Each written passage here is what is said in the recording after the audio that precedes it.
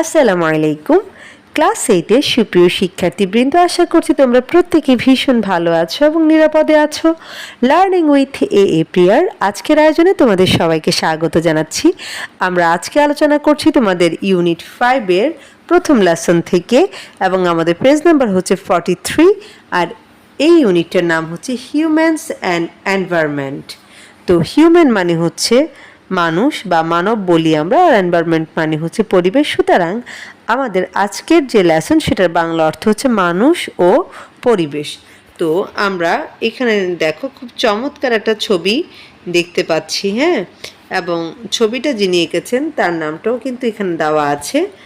তো দেখো আমাদের এখানে তোমরা এই ইউনিটটা পড়ার পর কোন কোন যোগ্যতা অর্জন করবে বা এই লেসনের এই ইউনিটের শিক্ষণফলটা কি হবে সেটা এখানে লিখেছে এবং বলছে after we have studied the unit, অর্থাৎ এই অধ্যায়টা পড়ার পর we will be able to, আমরা সক্ষম হব, understand the relationship between human beings and nature. Nature মানে হচ্ছে প্রকৃতি, হ্যাঁ, রিলেশনশিপ মানে হচ্ছে সম্পর্ক।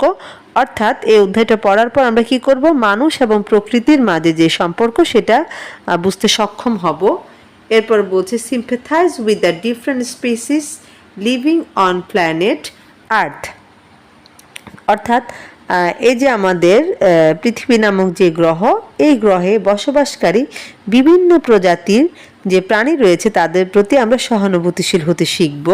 সিম্প্যাথাইজ মানে হচ্ছে সহানুভূতি, ডিফারেন্ট মানে হচ্ছে বিভিন্ন, স্পিসিস মানে হচ্ছে প্রজাতি, ঠিক আছে, আর প্ল্যানেট মানে তো গ্রহ, সেটা তোমরা জানো।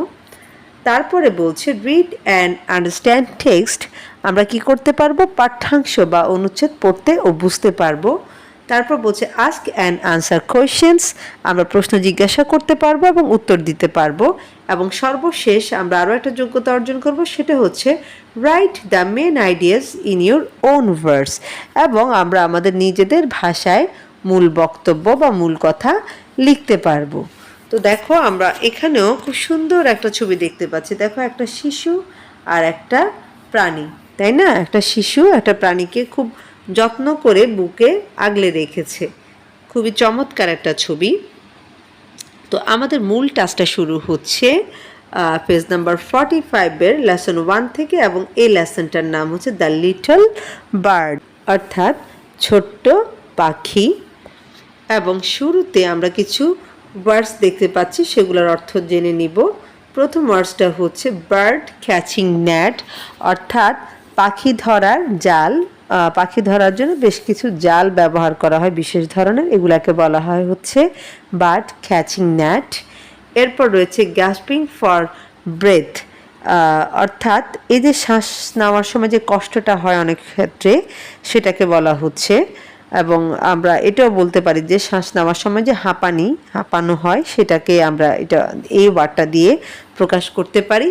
তারপর বলছি কেজড বার্ড, অর্থাৎ এটাকে বলা হচ্ছে খাঁচাবন্দি যে পাখি সেটা। তারপর হচ্ছে লেট ইট গো, মানে এটাকে যেতে দাও। এবং সর্বশেষ হচ্ছে পিকচার বুকস, অর্থাৎ ছবির বইসমূহ, যেহেতু এখানে একটা অ্যাস দেওয়া আছে। তো আমাদের মূল টাস্কটা শুরু হচ্ছে পার্ট এ থেকে, এবং সেখানকার ইনস্ট্রাকশনে বলছে লুক অ্যাট দ্য স্কেচ, অর্থাৎ এই যে চিত্রটা বা ছবিটা এটার দিকে দেখো বা তাকাও, and discuss with your classmates what you see in it, এবং তুমি এটাতে কি দেখতে পাচ্ছ সেটা তোমার সহপাঠীদের সাথে আলোচনা করো।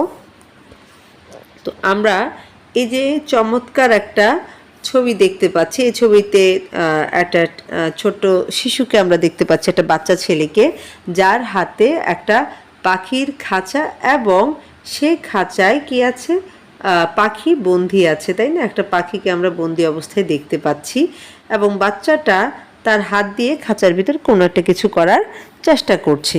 এটার আনসারটা তোমরা এইভাবে দিতে পারো যে উই থিঙ্ক দ্যাট, অর্থাৎ আমরা মনে করি যে বা আমরা ভাবি যে the picture is a pencil sketch, এই ছবিটা হচ্ছে একটা পেন্সিলের sketch. Where a young boy is holding up a bird cage. Bird cage মানে হচ্ছে পাখির খাঁচা, যেখানে কিনা একটা ছেলে একটা পাখির খাঁচা ধরে রয়েছে। অর্থাৎ আমরা মনে করি বা এই ছবিটা দেখে আমাদের মনে হলো যে এটা হচ্ছে একটা পেন্সিলের স্কেচ, যেখানে কিনা একটা ছেলে একটা পাখির খাঁচা ধরে আছে।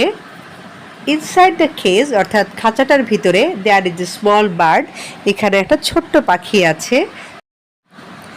The boy is looking closely at it অর্থাৎ ছেলেটা এটার দিকে তাকিয়ে আছে।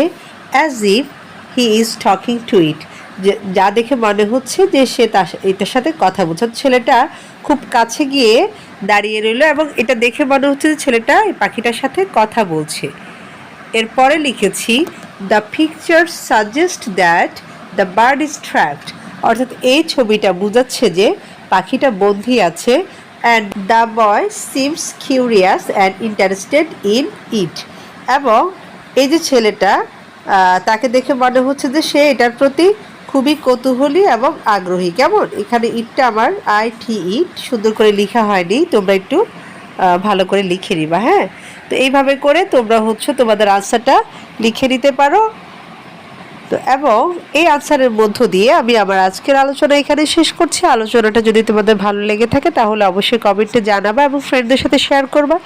আর যারা চ্যানেলটাই নতুন তারা অবশ্যই চ্যানেলটাকে সাবস্ক্রাইব করে আমাকে সাপোর্ট করবা।